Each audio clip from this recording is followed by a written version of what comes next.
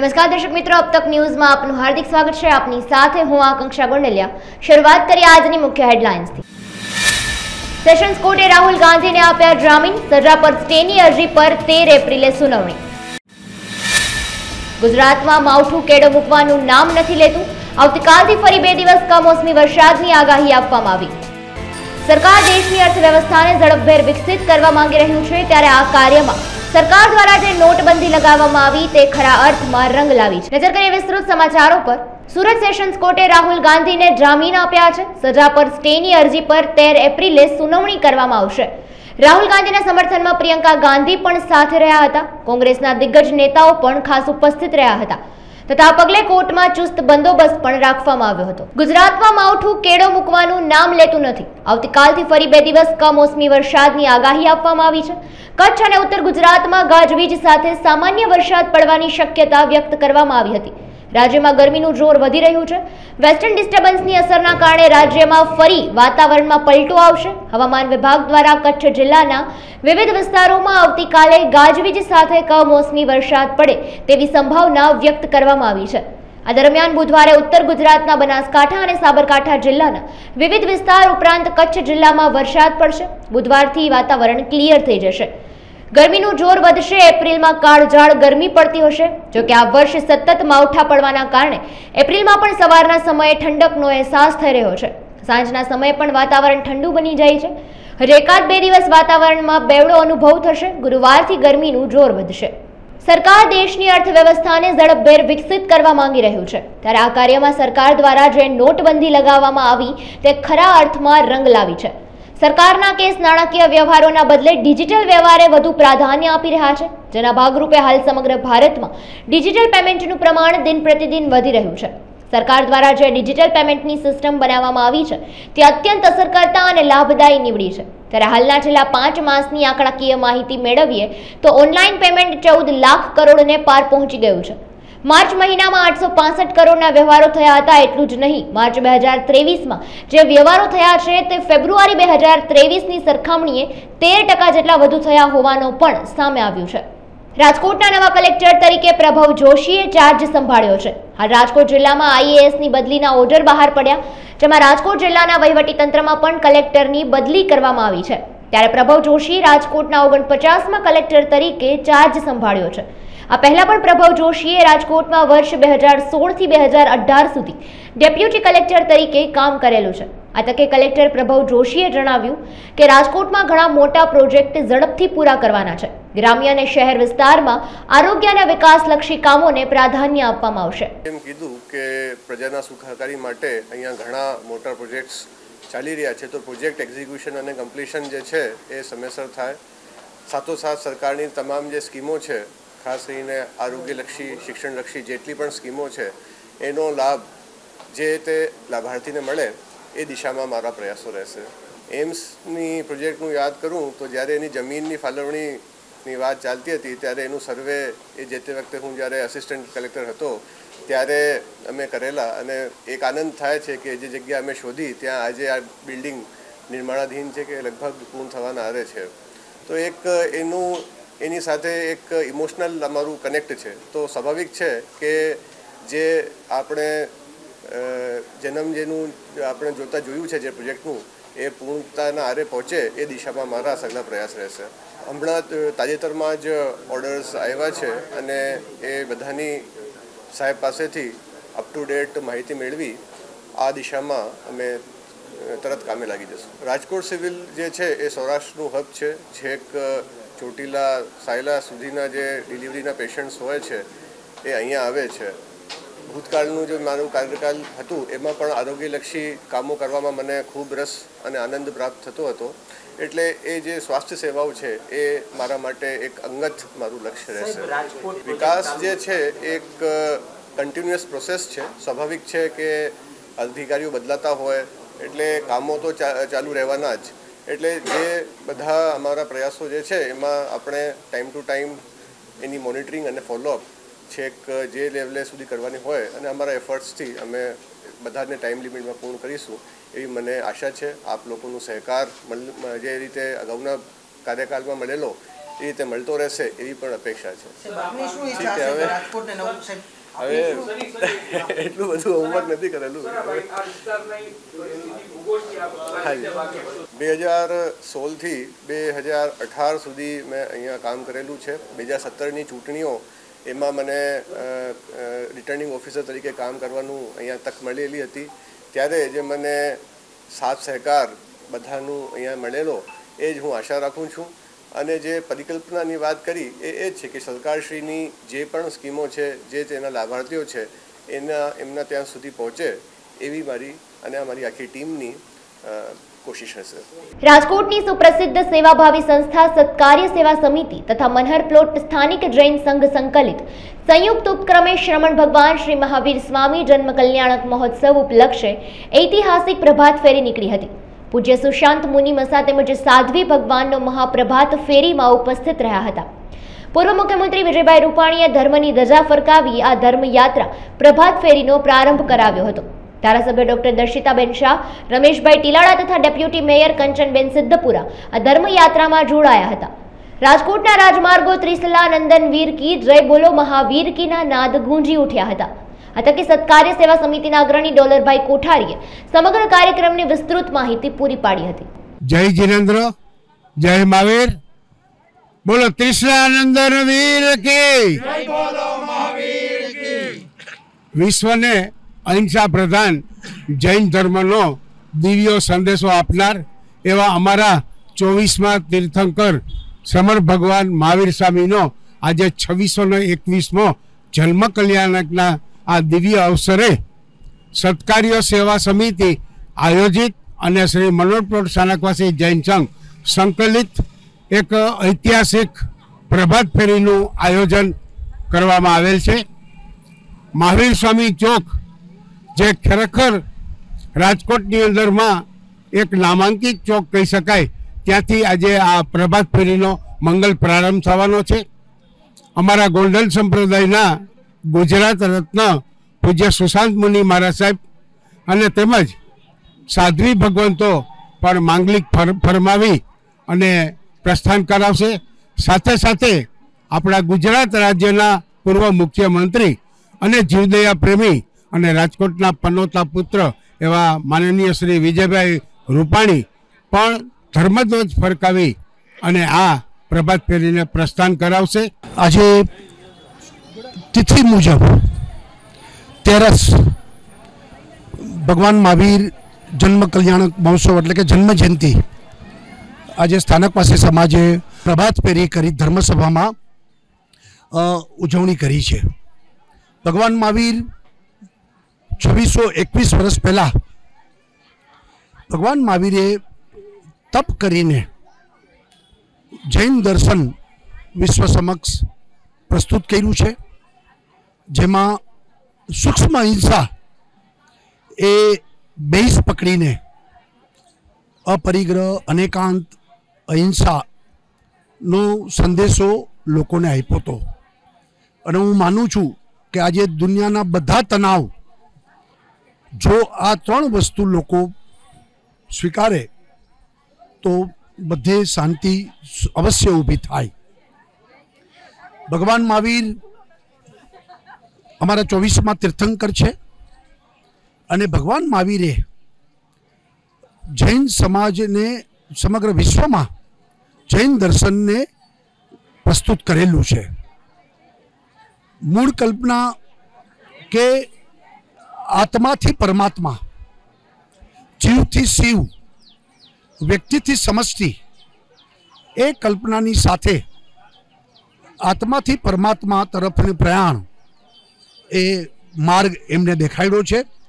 ભગવાન મહાવીરના જન્મ કલ્યાણક મહોત્સવે ભગવાન મહાવીર ઉપર જે લોકોની શ્રદ્ધા છે બધાને હું શુભકામનાઓ પાઠવું છું. કોંગ્રેસના નેતા ભરતસિંહ સોલંકી દ્વારા સુરતથી ભાજપ પાર્ટી પર શાબ્દિક પ્રહારો કરવામાં આવ્યા હતા. કોંગ્રેસ પ્રદેશ પ્રમુખ જગદીશ ઠાકોરે પણ મોટું નિવેદન આપ્યું હતું, જેમાં દિગ્ગજ એડવોકેટ BM માંગુકિયાએ પ્રતિક્રિયા આપી હતી.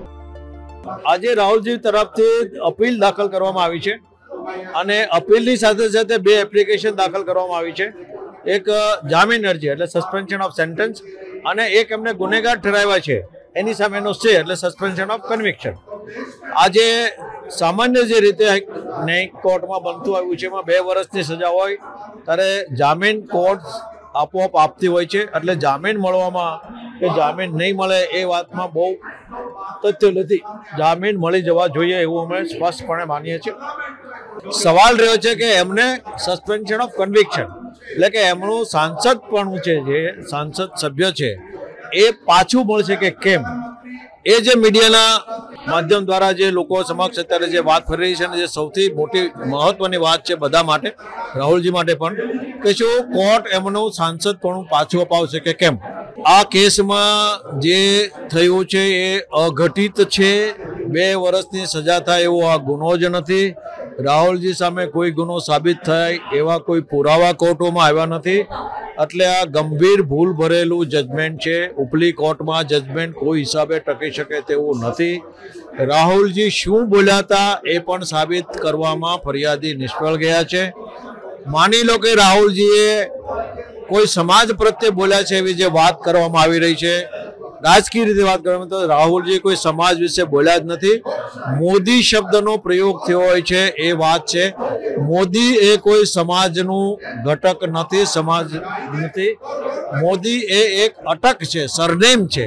અને મોદી સરનેમ પારસીમાં પણ હોય, વાણિયામાં પણ હોય અને બીજી અનેક જ્ઞાતિમાં, હિન્દી સ્પીકિંગ એટલે હિન્દી બોલતી વિસ્તારમાં, ગુજરાતી વિસ્તારમાં દરેક જગ્યાએ મોદી અટક એ કોમન અટક છે.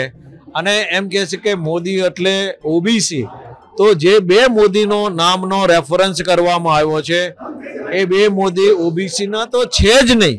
નીરવ મોદીજી કે લલિત મોદીજી એક બન્યા છે અને એક એની બીજી બંને મોદી ઓબીસી નથી. બ્રહ્મ એકતા માટે ભગીરથ કાર્ય કરનાર અને ભગવાન પરશુરામની યાત્રા દ્વારા સમગ્ર ગુજરાતમાં બ્રાહ્મણોની એકતા અને અખંડિતતાને ઉજાગર કરવા સ્વ અભયભાઈ ભારદ્વાજ દ્વારા અનેરું પગલું લેવામાં આવ્યું છે, જેની પરિકલ્પનાના પરિણામે પરશુરામ એવોર્ડ આપવામાં આવ્યો હતો.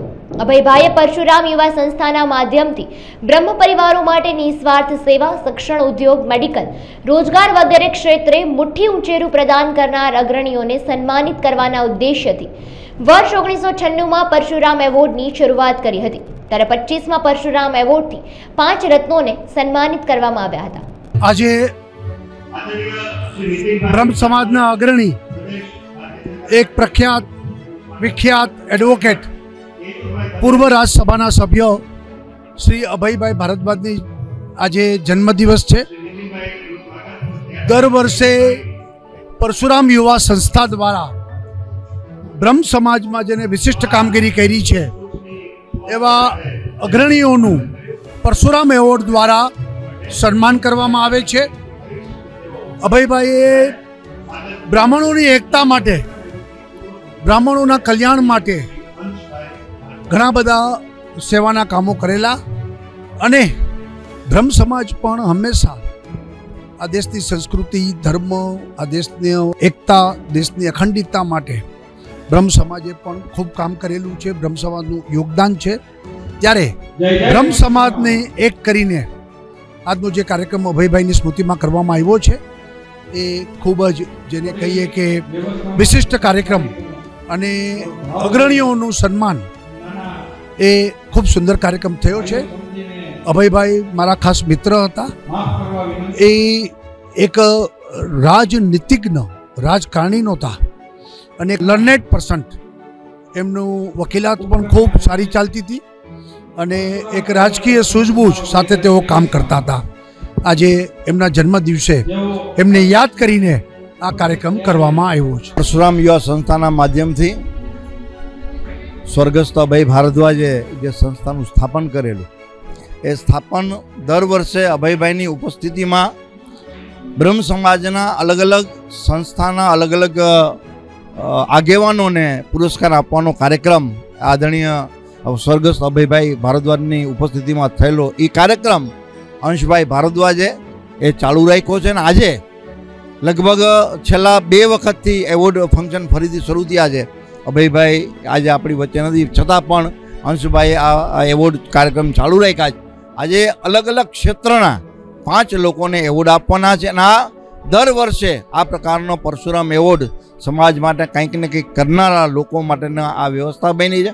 આજે 5 લોકો એટલે રાજકીય ક્ષેત્રમાં મનસુખભાઈ જોશી છે, આરોગ્ય ક્ષેત્રમાં ડૉક્ટર હેમાંગભાઈ વસાવડા છે, ઉદ્યોગ ક્ષેત્રમાં સુરેશભાઈ નંદવાણા છે, સંજયભાઈ જોશી છે, ગીજુભાઈ ભરાડ શિક્ષણ ક્ષેત્રમાં છે. એટલે અલગ અલગ ક્ષેત્રમાં અલગ અલગ લોકોને એવોર્ડ આપવાનો કાર્યક્રમ મનસુખભાઈએ કર્યો છે. એને આજે બ્રહ્મ સમાજે વધાવ્યો છે અને એનો કાર્યક્રમ આજે અભયભાઈના જન્મદિવસે થઈ રહ્યો છે. ખૂબ આનંદ છે. રાજસ્થાનના સીએમ અશોક ગહેલોતે સુરતમાં ભાજપ પર આક્ષેપો કર્યા હતા. કહ્યું હતું કે ભારત જોડો યાત્રામાં દેશના લોકોએ રાહુલ ગાંધીને આશીર્વાદ આપ્યા હતા. રાહુલ ગાંધીને લોકસભામાં બોલવા દેવામાં આવતા નથી. દેશમાં ઈડી, આઈટી અને સીબીઆઈનું તાંડવ છે તથા ચૂંટણી આયોગ પર પણ દબાણ છે. जैसा आपको मालूम है कि राहुल गांधी जी भी आ रहे हैं यहाँ पर और जो कुछ घटनाएं घटी है देश के अंदर, प्रदेश के अंदर, सूरत से शुरू हुई है. पर सूरत के पहले शुरू हो चुका था षड्यंत्र.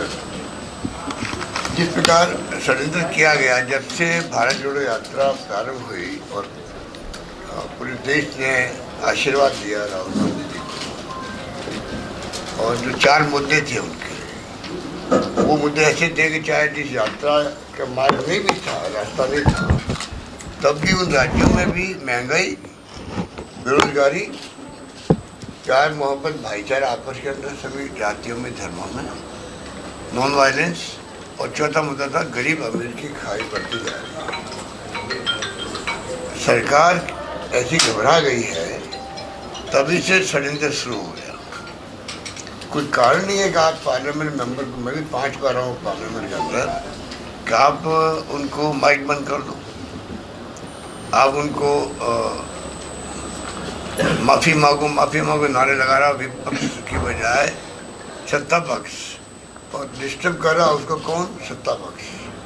ये भी अनहोनी थी. फिर उनके ऊपर जो आरोप लगाए थे हाउस के अंदर, ये कायदा होता है, नियम होता है कि अगर आपका आरोप लगा है तो वापस जवाब देने का आपको टाइम मिलेगा. उसके लिए राहुल गांधी रिक्वेस्ट कर रहे हैं.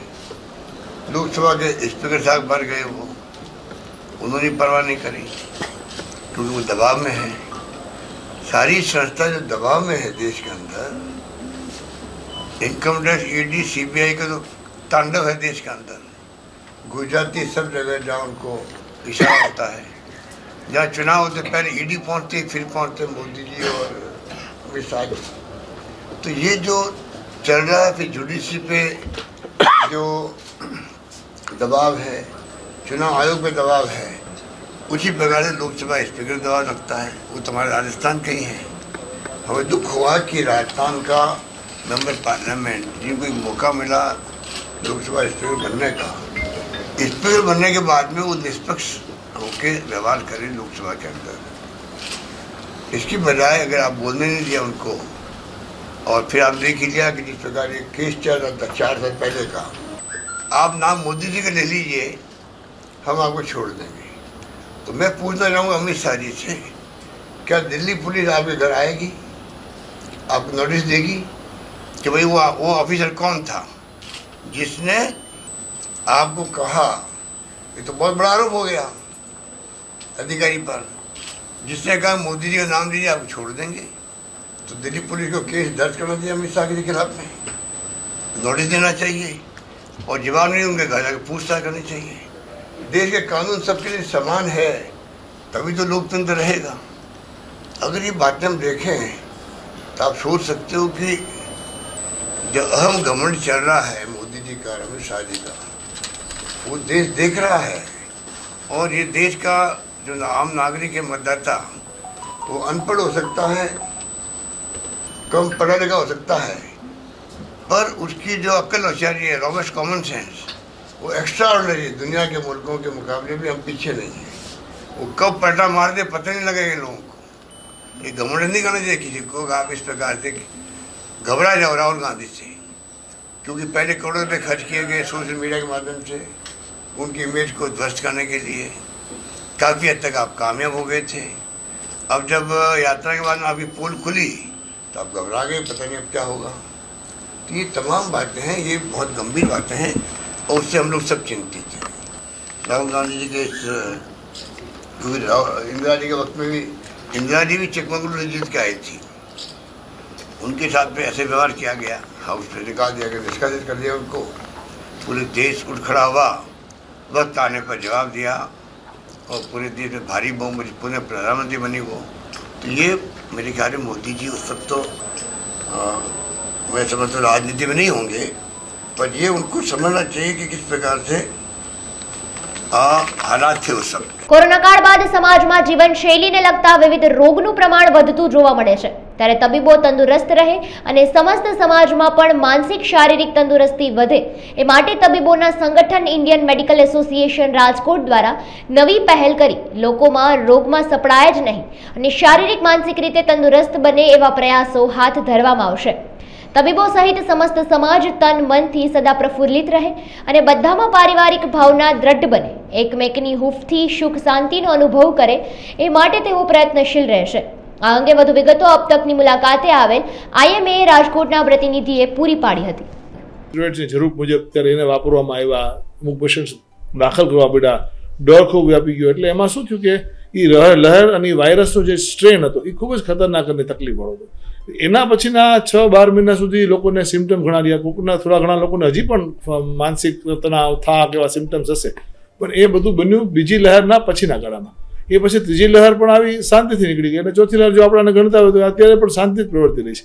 તો એવા વાયરસના બહુ લોંગ ટર્મ સાઇડ ઇફેક્ટ છે અત્યારે એવું વૈજ્ઞાનિક કારણોથી જણાતું નથી, પણ સેકન્ડ લહેરમાં 100% આપણે બધાને કાંઈક ને કાંઈક કોઈને કોઈ અનુભવ કર્યો જ હશે। પણ આ જ વસ્તુ જો આપણે ત્રીજી અને ચોથી લહેરના માણસોને પૂછશું ને તો એને કોઈ એવી સાઇડ ઇફેક્ટ રહી નથી, એવા અત્યાર સુધી આપણી પાસે વૈજ્ઞાનિક આધાર તો એટલીસ્ટ નથી જ। એટલે એમ એ ત્યારનું ખરું, પણ અત્યારનું કેવું મુશ્કેલ, અત્યારના વાયરસની માત્રા અને એનું ઘાતકતા ઘણી ઓછી હોય એવું લાગે છે, ઇવન એનું ઇન્ફેક્ટિવિટી ઘણી ઓછી એવું લાગે છે। આપણે એની બાજુમાંથી આપણી બાજુમાં નીકળે તો એની બાજુમાં 7 જણા પોઝિટિવ આવ્યા, આખું ઘર પોઝિટિવ આવ્યું અત્યારે નથી બનતું, એક જણો ઘરનો પોઝિટિવ આવ્યો એવું બને છે, સાથે સાથે આખું ઘર પોઝિટિવ આવ્યું એવું નથી થતું। ત્યારે તો કેવું થતું, એક જણો પોઝિટિવ આખું ઘર પોઝિટિવ, એટલે અત્યારે એટલીસ્ટ એમ તો ઓછું લાગે છે। છતાં આપણે કેર ને સતર્કતા જરૂર છે, નહીં તો એવું નથી આ અત્યારે તો H3N2 એટલે ઇન્ફ્લુએન્ઝાના વાયરસમાં એટલા જ વધારે પ્રમાણમાં છે, એડિનો વાયરસ નામના વાયરસના પ્રમાણમાં એટલી જ વધારે માત્રામાં છે। તો એ બધા વાયરસથી બચવાનો ઉપાય તો એક જ છે કે માસ્ક પહેરવું અને ભીડભાડવાળી જગ્યાએ કેરફુલ રહેવું, અને સિમ્ટમ થાય તો તરત ટ્રીટમેન્ટ કરવી। આટલું કરીએ તો આપણે બીજા લોકોને આ થતું બચાવી શકીએ। વેક્સિનેશન કરાવી દીધું હોય એટલે વાયરસ ન થાય એવી વાત ક્યારેય પહેલા દિવસથી નહોતી। ડૉક્ટર રણવીર ગુલેરિયા આપણા જે એમ્સના ડાયરેક્ટર હતા, એને પહેલા જ દિવસે ડિક્લેર કર્યું હતું કે ત્રીજો ડોઝ વેક્સિનનો આપીએ છીએ કે જેને બીજો બાકી છે બીજો લેશે, એટલું આપવાથી આપણે એટલું સુનિશ્ચિત કરીએ છીએ કે રોગની ઘાતકતા સાવ ઓછી થઈ જશે, હોસ્પિટલમાં દાખલ થવાની જરૂરિયાત ઓછી થઈ જશે, મૃત્યુનો દર ઓછો થઈ જશે, પણ ઇન્ફેક્શન બચી જ શકાય એવું નથી। કારણ કે પહેલાં જ્યારે નવા વેરિયન્ટ આવ્યા B1, B2, B3 ત્યારે કીધું કે ઇમ્યુન એસ્કેપ છે, કે વેક્સિન દીધા હશે એને વાયરસ થશે ખરો કે થઈ શકે ખરો, પણ એની ઘાતકતા અને દાખલ થવું પડે એવી જરૂરિયાત એવી નહીં થાય, અને એવું ખરેખર આપણે જોયું છે કે એવું નથી થયું, અત્યારે પણ આપણે જોઈ જ રહ્યા છીએ। એટલે હું તો એમ માનું છું કે વેક્સિનેશન તો આશીર્વાદ જ હતું, આપણી 140 કરોડની જનતાને આપણે કેવી રીતે બચાવી શકાય। ના એ આપણે બધા આપના માધ્યમથી જ ખાસ કરીને આપણે ચેતના ફેરવવાની જરૂરી છે। સાબરકાંઠા જિલ્લાનું એક એવું ગામ કે જે મેટ્રો સિટીને પણ ટક્કર મારે છે। રાજ્યના પ્રથમ ડિજિટલ ગામ સાથેની સુવિધા જોશો તો તમને પણ પૂંસરી ગામમાં રહેવા જવાનું મન થઈ જશે। તો જુઓ શું છે આ ગામની ખાસિયત અને કેમ બન્યું આ ગામ ગુજરાતના અન્ય ગામો માટે રોલ મોડલ। સાબરકાંઠા જિલ્લાના તલોદ તાલુકામાં આવેલું પૂંસરી ગામ હાલ ગુજરાતનું પ્રથમ ડિજિટલ ગામ બન્યું છે। આ ગામની સુવિધાઓ જેમ કે રોડ રસ્તા, સીસીટીવી, સાફ સફાઈ માટેના વર્કર્સ, દૂધ ડેરી સુધી પહોંચાડવા માટે બસની સુવિધા પણ ઉપલબ્ધ છે। ગામમાં આવેલી સરકારી શાળા પણ આધુનિક સુવિધાઓથી સુસજ્જ છે। તેને લઈને જ આ ગામને ગુજરાતનું પ્રથમ ડિજિટલ ગામ તરીકેનો એવોર્ડ પણ એનાયત કરવામાં આવ્યો છે। ઇન્ટરનેટમાં ફોર્મ ભરવા માટે, ડિપ્લોમાના કે મેરિટ લિસ્ટ યાદી જોવા માટે, ઓનલાઈન જોબ માટે કે કોઈ પણ કામ માટે અમે અહીંથી 30-40 કિલોમીટર અંતર કાપીને મોડાસા, તલોદના આજુબાજુ સિટીમાં જવું પડતું હતું, પરંતુ અમારા ગામમાં વાઈફાઈ આવવાથી અમે કોમ્પ્યુટર પર, મોબાઈલ પર કે ગ્રામ પંચાયતના કોમ્પ્યુટર પર અમે મેરિટ લિસ્ટ યાદી જોઈ શકીએ છીએ, ડિપ્લોમાના કોઈ પણ પ્રકારના काम કરી શકીએ છીએ। તેથી અમારે ટ્રાવેલિંગ કરવું પડતું નથી, અમારો સમયનો બચાવ થાય છે અને અમારા રૂપિયાનો પણ ખર્ચા થતા નથી। रेशियो है वो काफ़ी मतलब माइनस तक है, मतलब 0 तक है। हमारे हर क्लास में सीसीटीवी कैमरे लगे हुए हैं ताकि कोई भी टीचर्स या कोई भी पेरेंट्स या प्रिंसिपल देख सकता है कि क्या काम हो रहा है। यहाँ जो वाईफाई सिस्टम की वजह से बच्चों को ऑनलाइन स्टडी करनी होती है तो वो भी पढ़ सकते हैं। बच्चों को पानी मिलता है, वो पूरा आरओ है मतलब, और बच्चों को पढ़ने के लिए ई लाइब्रेरी भी उपलब्ध है। જીવદયા ગ્રુપ રાજકોટ તથા બાપા સીતારામ ગૌ સેવા મંડળના સંયુક્ત ઉપક્રમે ભગવાન મહાવીર સ્વામી જન્મ કલ્યાણ તથા હનુમાન જયંતિ દિવસે રાજકોટની અલગ અલગ ગૌશાળાઓમાં 30,000 કિલો જેટલો ઘાસચારો અર્પણ કરાશે। આ અંગે વધુ વિગતો અબ તકની મુલાકાતે આવેલા પ્રતિનિધિઓ દ્વારા પૂરી પાડવામાં આવી હતી। આજે જ્યારે પૂરા વિશ્વમાં મહાવીર જયંતિ નિમિત્તે મહાવીર જયંતિ ઉજવાઈ રહી છે, જે જૈનોની કુળદેવી કહેવાય એવી અહિંસા પરમો ધર્મ નિમિત્તે જીવદયા ગ્રુપ અને બાપા સીતારામ ગૌશાળાના સહયોગથી 30,000 કિલો ઘાસ, જે મૂંગા પ્રાણી પક્ષી અને ગાયો, અશક્ત ગાયો છે, એમના માટે પણ 30,000 એટલે કે લગભગ 1,500 મણ ઘાસ એકઠું કરી અને રાજકોટની આજુબાજુમાં જેટલી ગૌશાળા છે એમને મહાવીર જયંતિ આજે છે, આવતીકાલે પણ છે અને હનુમાન જયંતિ નિમિત્તે 3 દિવસ રૂબરૂ જઈ અને ગાયો માટે, અશક્ત ગાયો માટે, મૂંગા ઢોર છે એના માટેનું જે ઘાસ એકઠું થયેલું છે તે અમે વિતરણ કરવાના છીએ। હું રમેશ દોમડિયા, જીવદયા ગ્રુપ અને અમારા બધા ટ્રસ્ટીઓ સાથે વિતરણ કરવાના છે। તો વર્ષોથી આ બાપા સીતારામ અને જીવદયા ગ્રુપ હિંસા પરમો ધર્મના, જૈન ધર્મના સિદ્ધાંતને અનુલક્ષીને સેવા કાર્ય કરી રહ્યા છે અને એમાં આપનો અબ તક ખૂબ અમને સપોર્ટ કરી રહ્યું છે। દર વર્ષો જ્યારે અમે આવીએ છીએ ત્યારે ખૂબ પ્રેસ આઉટ સરસ મજાનું કરી રહ્યા છે અને સાથ સહકાર લોકોનો આને હિસાબે અમને ખૂબ પ્રેરણા મળે છે। તો આ એટલા માટે અમે મળવા આવ્યા છીએ પ્રેસમાં કે બીજાને પણ આનાથી પ્રેરણા થાય। તો જીવ દયા છે એ એક જીવો માટેની, આજે આપણે કોઈને જીવ આપી નથી શકતા, પણ કોઈનો જીવ લઈ લેવો તો એ મોટામાં મોટું પાપ છે। તો એવી રીતના જૈન ધર્મ છે એ નો ડાઉટ બધા માટે છે આમ, કારણ કે જીવદયા કરે એના માટે જૈન ધર્મ છે, એટલે કોઈ એક વાડામાં અમે નથી માનતા, પણ જીવદયાને જે લોકો કરતા હોય એ જૈન છે બધા। તો આનાથી પ્રેરણા મળે અને ખૂબ અમને સાથ સહકાર મળે એવી અપેક્ષા। આમાં અમને સહયોગી લગભગ તમને કહું 100 થી 125 લોકો આ કાર્યમાં અમને સહયોગી થયા છે, કારણ કે ટૂંકા ગાળામાં જાહેરાત કરી હતી અમે, એટલે મોબાઈલ થ્રુ વાયરલ કર્યું હતું। તો જે ખરેખર અમારું હતું કે 600-700 મણ થશે, એની બદલે 1,500 મણની આસપાસ આવી ગયો અમારો, જે ખરેખર ઘણો સપોર્ટ મળ્યો એમ। રાજકોટની આજુબાજુની જે ગૌશાળા તમે માનો ને તો લગભગ 35 થી 40ની આસપાસ રાજકોટ સહિત થાય છે, એટલે બહારની ગૌશાળા છે, રાધેશ્યામ ગૌશાળા છે, પછી વાંકાનેરની છે, અપંગ ગૌશાળા છે, આ બધે પણ અમે મોકલી આપીએ છીએ ત્યાં। પાંજરાપોળ અમારી મેઇન છે જે રાજકોટની, એ લોકોએ એવું વિચાર્યું છે કે અત્યારે ત્યાં એની બેડી ગામ છે, ત્યાં ઘાસ ઉગાડવાનું આખી મોટી લગભગ 10,000 વાર જગ્યા છે, ત્યાં ઘાસનું આખું આયોજન જ કર્યું ઘાસ ઉગાડવા માટેનું। રાજ્યમાં એક સાથે 109 આઈએએસ અધિકારીઓની બદલીના ઓર્ડર કરવામાં આવ્યા હતા, જેમાં જામનગરના કલેક્ટર તથા ડીડીઓ તેમજ દ્વારકા કલેક્ટરની પણ બદલી કરવામાં આવી છે। બદલીના આદેશ બાદ સોમવારે જામનગરના કલેક્ટર તરીકે બોટાદથી બદલી થઈને આવેલ બીએ શાહે તેમનો વિધિવત ચાર્જ સંભાળ્યો હતો। કલેક્ટર અને જિલ્લા મેજિસ્ટ્રેટ જામનગર તરીકેનો ચાર્જ સંભાળેલ છે। રાજ્ય સરકારની એક પ્રાથમિકતા વિકાસના કામો ઝડપથી થાય અને લોકોના, જાહેર જનતાના પ્રશ્નો જેટલો બને એટલો સકારાત્મક ઉકેલ આવે તેવો અભિગમ રહેલો છે। તે અભિગમ પ્રમાણે હું અને મારી ટીમ કાર્યરત છે। જામનગરમાં હાલ માજી સૈનિક મંડળ મેદાને આવ્યું છે। માજી સૈનિકોએ પોતાની માંગણીઓને લઈને મેદાનમાં આવ્યા હતા। 1 રેન્ક 1 પેન્શન 2 અંતર્ગત ઓઆરએસ અને જેસીઓ પેન્શનમાં વિસંગતતાને લઈને કલેક્ટર કચેરી ખાતે આવેદન પાઠવીને રજૂઆત કરી હતી, જેમાં 1 રેન્ક 1 પેન્શન 2ની સૈનિકોને સાચો લાભ ન મળતો હોવાનું જણાવ્યું હતું, તેમજ આ 1 રેન્ક 1 પેન્શન 2ની વિસંગતતાઓને સંવિધાનિક રીતે દૂર કરવા માંગ કરવામાં આવી હતી, તેમજ આ વન રેન્ક વન પેન્શન 2 માં માત્ર ઓફિસર્સને ફાયદો થઈ રહ્યો છે તેવા પણ આક્ષેપો કરવામાં આવ્યા હતા.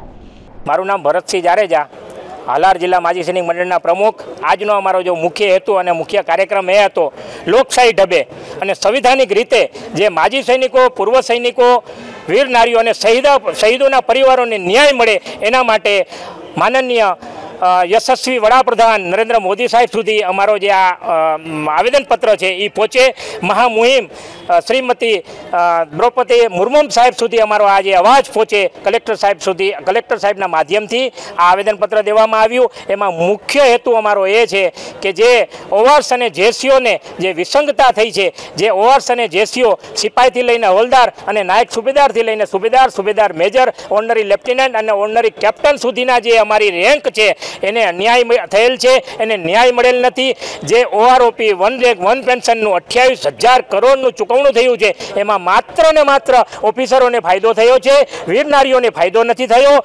જે શહીદોના પરિવારો છે એને ફાયદો નથી થયો, ઓવર્સ જેસીઓ છે એમને ફાયદો નથી થયો. એટલે દેશમાં જંતર મંતર ઉપર આજે પૂર્વ સૈનિકો, વીર નારીઓ અને શહીદોના પરિવારોએ જ્યારે ધરણા કર્યા છે આજે 45 દિવસથી, ત્યારે આજે પૂરા દેશમાં આજે માજી સૈનિકોને એક હાકલ કરવામાં આવી છે કે અલગ અલગ રાજ્યોમાં, અલગ અલગ જિલ્લાઓમાં જે તે સંગઠનો હોય એ આજની તારીખે 3/4/2023ના રોજ આવેદનપત્રના માધ્યમથી વન રેન્ક વન પેન્શન જે 2 એ જે વિસંગતા છે એ વિસંગતા દૂર થાય. ભચાઉ ગાંધીધામ હાઈવે ઉપર ગત મોડી રાત્રિના કુદરતી હાદસે ગયેલા હોટેલ સંચાલક પાસેથી છરીની અણીએ રોકડ રકમ 3,000 અને 6,000નો મોબાઈલ ફોનની લૂંટ કરી હોવાનો બનાવ પોલીસ ચોપડે નોંધાયો હતો.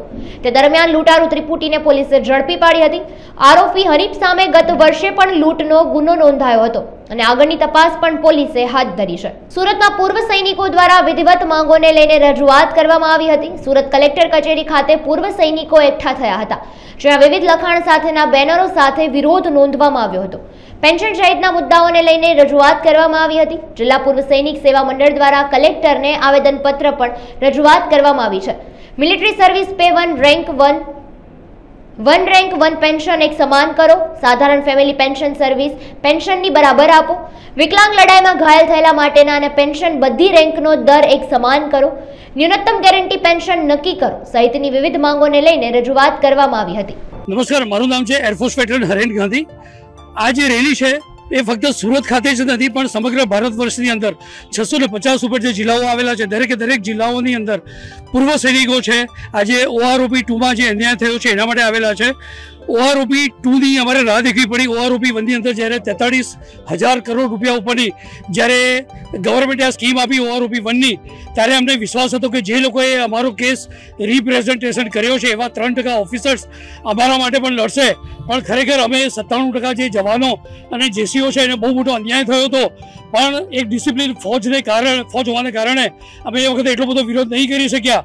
પણ અમને આશા હતી કે જ્યારે OROP 2 આવશે અમુક વર્ષો પછી એમાં અમને જે અન્યાય થયેલો છે એ રિકવર થશે. પણ અમારી એ આશા પણ ઠગારી નીકળી અને OROP 2ની અંદર પણ જ્યારે આ બહાર આવ્યું ત્યારે જે ઓફિસર્સ અને જવાનો વચ્ચેની જે OROPની ખાઈ હતી એ ખરેખર ખૂબ જ વધી ગઈ અને અમને અમારા પેન્શનમાં નુકસાન થયું છે. ફેમિલી પેન્શન જે વિધવાઓને મળે છે એમાં નુકસાન થયું છે અને જે વિકલાંગોને પેન્શન મળે છે એમાં પણ નુકસાન થયું છે. 3% ઓફિસર્સ જે જવાનો અને જેસીઓના વેલફેર માટે પ્રતિજ્ઞા લે છે અને રિપ્રેઝન્ટ કરે છે એમાંથી અમુક ઓફિસર્સે અમારો કેસ ગલત રીતે રિપ્રેઝન્ટ કર્યો અને એનું નુકસાન 97% જવાનો એટલે કે નિયર અબાઉટ 28 લાખ પૂર્વ સૈનિકો ભારત વર્ષના ભોગવી રહ્યા છે. અને અમારા માટે તો શરમની વાત છે કે અમારે રોડ પર આવવું પડ્યું, પણ એની સાથે સાથે સમગ્ર ભારત વર્ષ માટે આ એક શરમની વાત કહેવાય કે એક સૈનિક પોતાની જાતને કુરબાન આપવા માટે કોઈને પૂછ્યા વગર સરહદ પર ઊભો રહેતો હોય એને આજે પોતાના હક માટે, પોતાના જીવન નિર્વાહ માટે રોડ પર ઉતરવું પડે છે. ભારત વર્ષના દરેક નાગરિકને હું વિનંતી કરીશ કે આપણી આ જે સરકાર છે એની સામે અમે કોઈ આંદોલન નથી ચલાવતા, પણ અમે એક રિક્વેસ્ટ કરીએ છીએ, અમે એમને આવેદન આપીએ છીએ કે અમારો જે ખરેખર સાચો હક છે એ હક અમને મળે અને ઓફિસર્સ અને જવાનો વચ્ચેની જે મોટી ખાઈ થઈ ગઈ છે એ ઓછી થાય. હાલ સમાચારોમાં બસ આટલું. વધુ સમાચારો સાથે ફરી મુલાકાત કરીશું. ત્યાં સુધી જોતા રહો અબ તક. નમસ્કાર.